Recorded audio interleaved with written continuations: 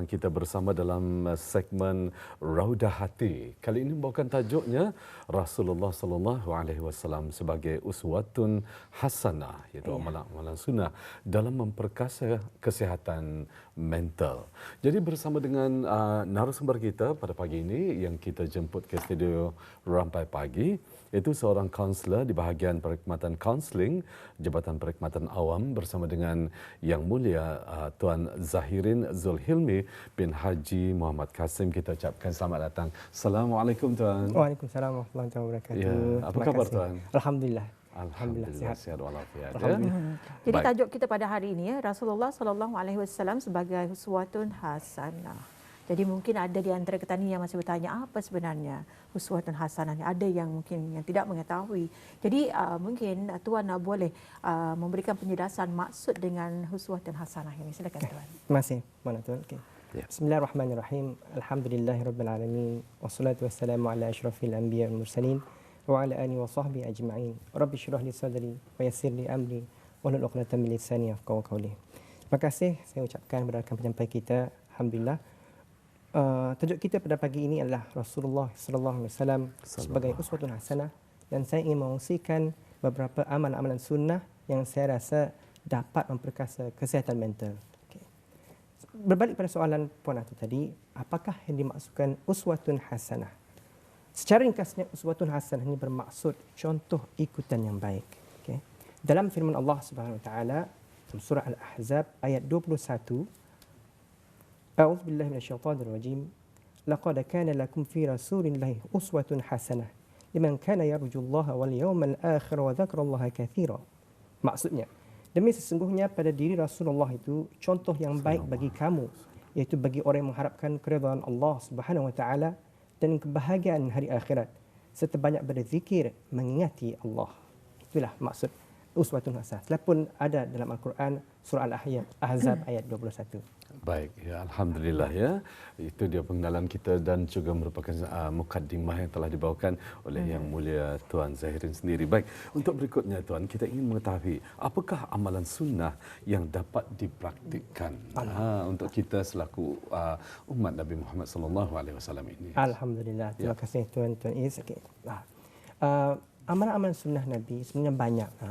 Jadinya saya cuba sebenarnya dengan bulan Oktober ini kesedaran tentang kesihatan mental. Betul. Ini adalah amalan-amalan sunnah yang saya rasa dapat membantu kita untuk menangani masalah kesihatan mental seperti stres, trauma ataupun kemurungan.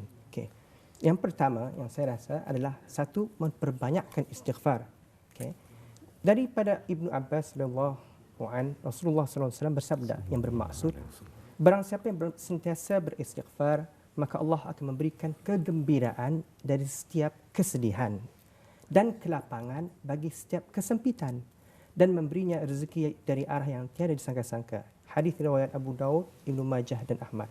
Contoh istighfar yang paling mudah ialah astaghfirullahalazim alladzi la ilaha illa huwa wa atubu ilaih.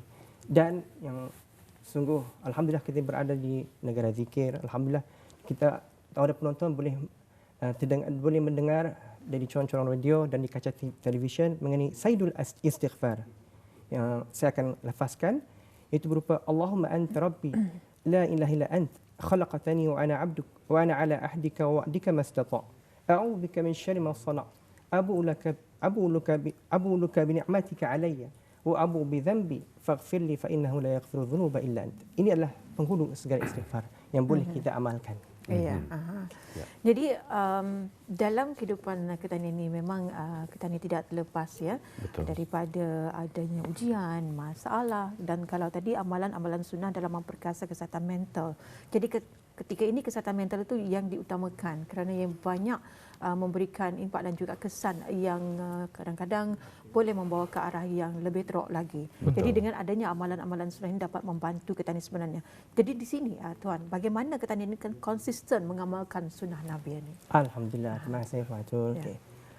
Secara mudahnya kita boleh memilih satu amalan yang mudah kita buat. Ya. Satu saja. Ini bertepatan dengan sabda Rasulullah SAW yang maksudnya daripada Aisyah radhiyallahu anha telah berkata, bersabda Rasulullah sallallahu alaihi wasallam, sebaik-baik amalan kepada Allah Subhanahu wa taala adalah perbuatan yang dikerjakan secara berterusan walaupun sedikit.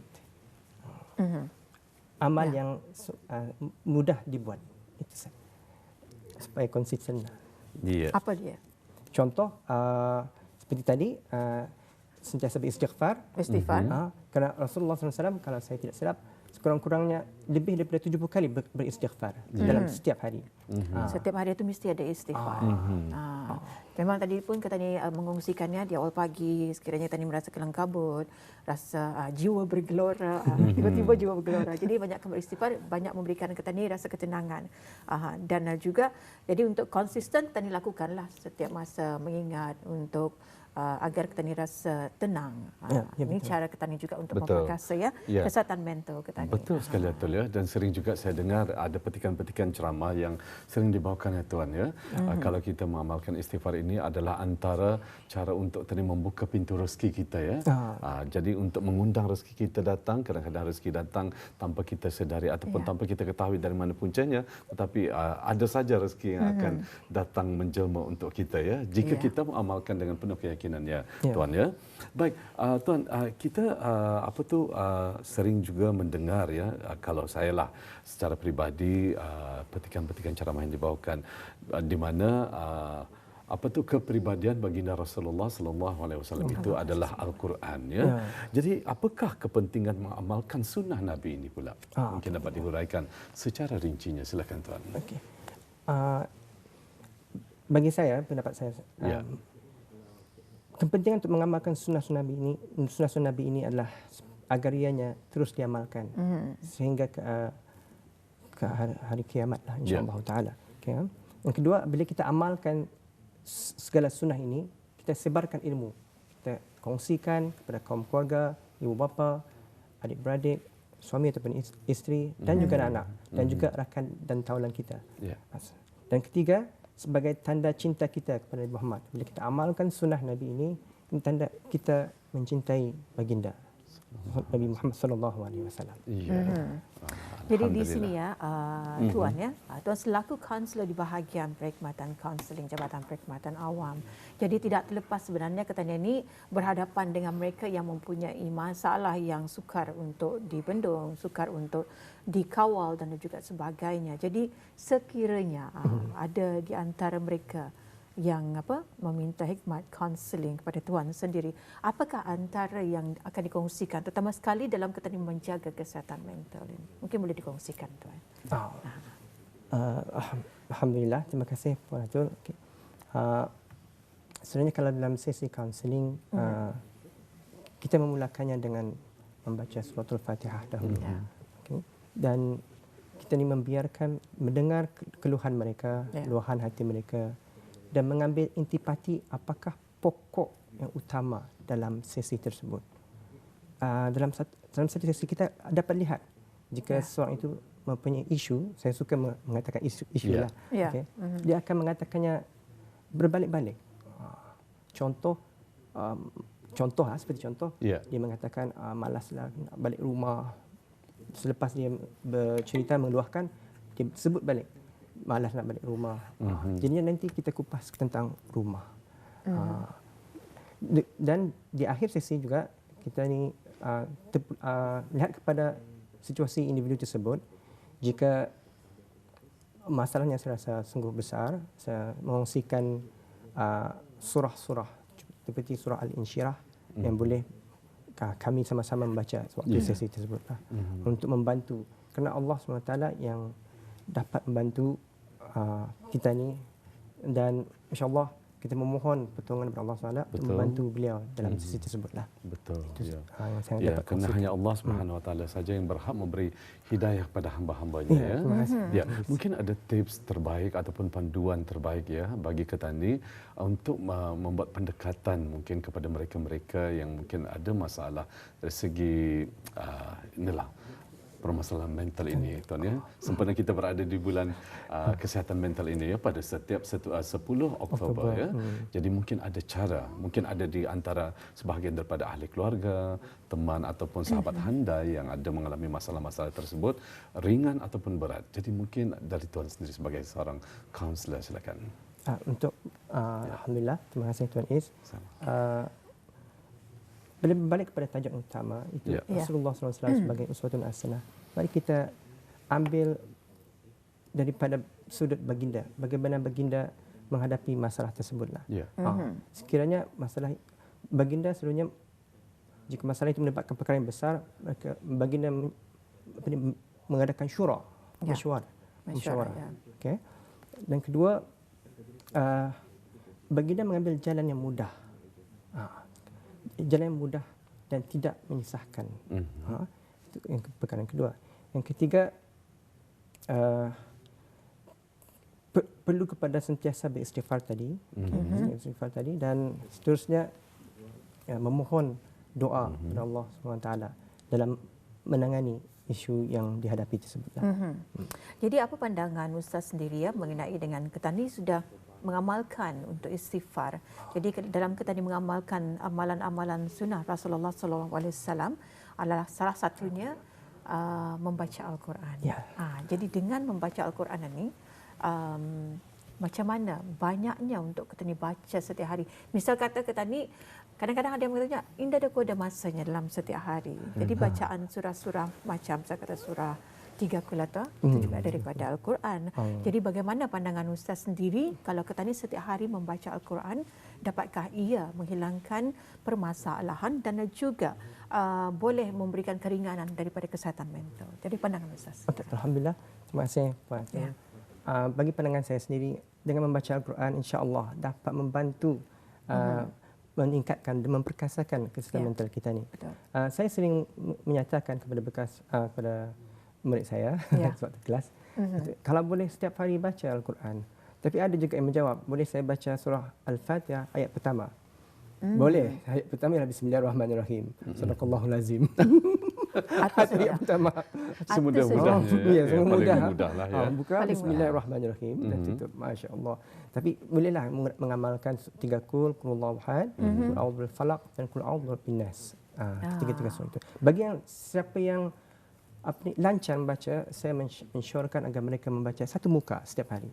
Satu muka ataupun 2 muka bagi yang lancar. Yang kurang lancar bolehlah 1 ayat setiap hari. Begitulah. Alhamdulillah, sebenarnya banyak cara untuk kita ni maksud saya banyak cara sebenarnya untuk kita ni untuk merawat diri sendiri dengan amalan-amalan daripada sunnah Rasulullah SAW. Dan kadang-kadang kita ni terlepas pandang cara minum juga adalah sunnah. Ada caranya yang tersendiri, makan kurma juga adalah sunnah. Dan banyak sekali sebenarnya yang perlu kita ni praktikkan. Tinggal saja lagi kita ni sering pesan berpesan dan juga mengamalkannya. Kalau tadi dengan membaca Al-Quran dapat membantu kita menenangkan fikiran kita, terutama sekali untuk menjaga kesihatan mental kita ni. Jangan kita mengatakan bila kita ni bercakap mengenai dengan kesihatan mental, bukanlah ni orang ni cuma ni orang indah. Kadang-kadang dalam kita ni rasa tertekan juga tani kesihatan mental kita ni terjejas sebenarnya.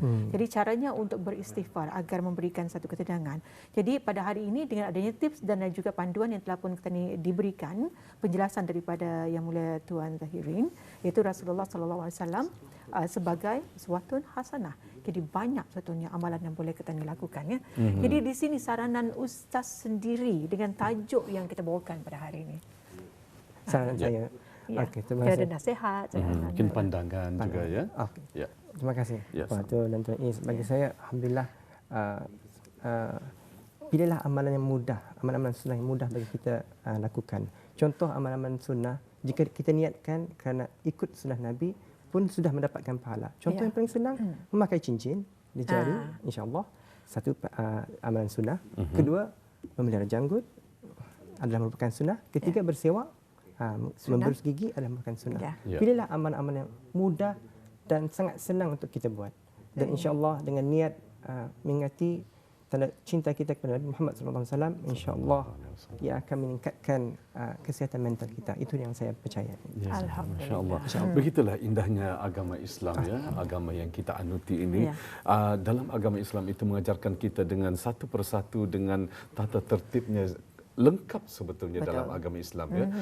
Waima dalam ketani makan dan juga seumpama seperti yang dinyatakan oleh Yang Mulia Tuan Zahirin sebentar tadi ya, daripada makan, minum kita telah diajarkan. Kan Nabi SAW tersebut memiliki kepribadian yang memang sudah terkenal dari Al-Quran. Pribadi baginda adalah Al-Quran. Jadi memang telah diajarkan kepada kita dan mudah-mudahan ianya dapat dipraktikkan dalam sepanjang kehidupan kita. Tidak pun banyak, sedikit kita menjadikan orang amalan-amalan dalam kehidupan kita dan insya-Allah ianya akan menjadi kebiasaan kita. Daripada masa ke semasa kita tambah lagi kebiasaan tersebut ya.